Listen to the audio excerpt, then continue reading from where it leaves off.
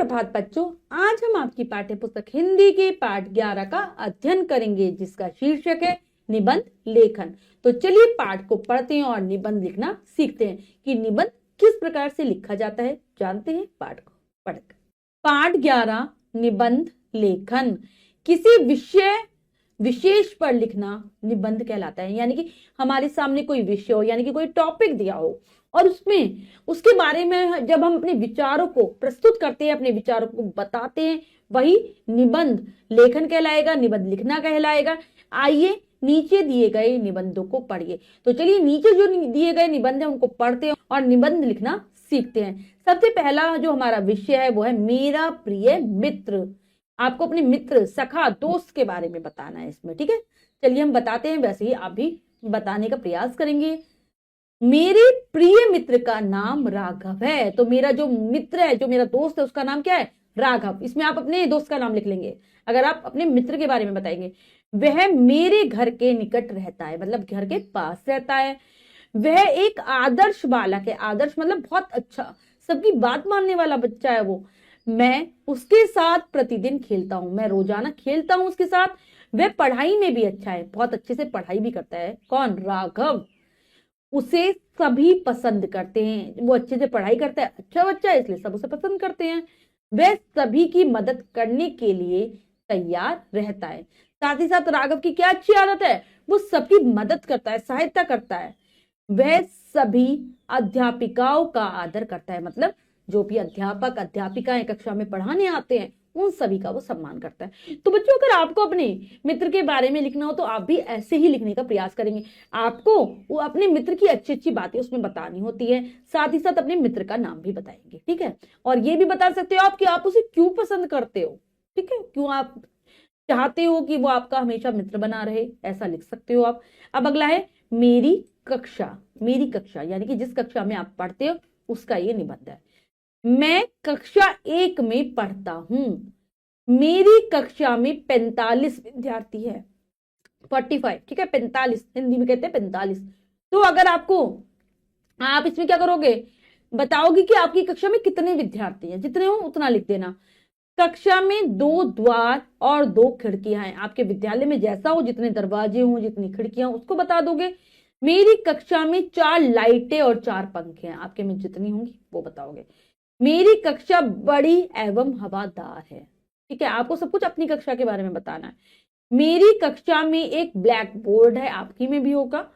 कक्षा का फर्नीचर आरामदायक है, मतलब बहुत आराम से आप अपनी कुर्सी पे बैठते हैं, आराम से अपनी मेज पर काम करते हैं।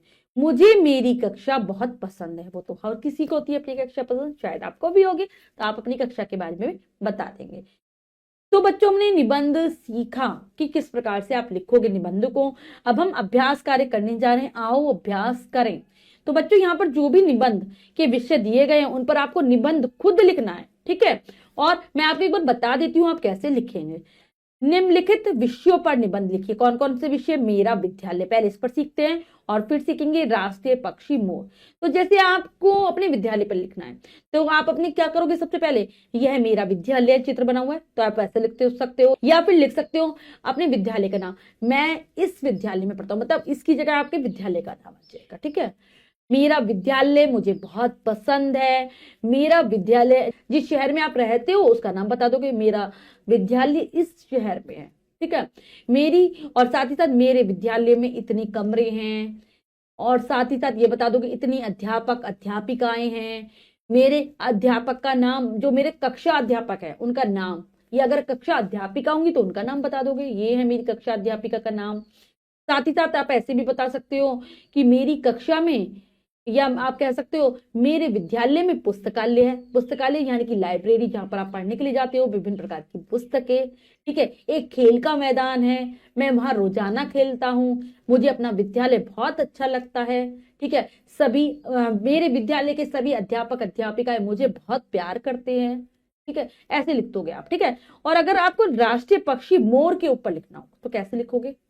हमारे देश का, ऐसे शुरू करोगे, हमारे देश का राष्ट्रीय पक्षी मोर है, ठीक है। उसके अलावा आप इसका रंग बता सकते हो कि मोर नीले रंग का होता है, उसके पंख विभिन्न रंगों से बने होते हैं। आप रंग बता सकते हो कि कौन कौन से रंग होते हैं पंखों में, ठीक है। और साथ ही साथ मोर के जो सिर पर होती है कलगी, जिसे कलगी कहा जाता है, आप देख रहे हो इसमें चित्र में, मोर के सिर पर कलगी होती है। इसे बरसात बहुत पसंद होती है, मोर को बरसात में नाचना अच्छा लगता है। साथ ही साथ आप यह भी बता सकते हो मोर कीड़े खाता है, उसका भोजन क्या होता है, कीड़े, कीड़े आदि को खाता है। और बरसात सबसे ज्यादा पसंद होती है मोर को।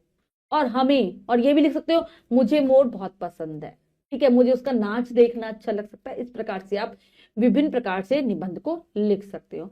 तो आशा करती हूँ ये पाठ आपको बहुत अच्छे से समझ आ गया होगा। आप निबंध लिखने का प्रयास करेंगे और कार्य अपनी अभ्यास पुस्तिका में कर लेंगे सुंदर अक्षरों में। बच्चों, आज हमने पाठ के माध्यम से जाना कि किस प्रकार से निबंध लेखन किया जाता है। साथ ही साथ हमने मेरी कक्षा और मेरा मित्र, मेरा प्रिय मित्र, इन निबंधों को भी पढ़ा।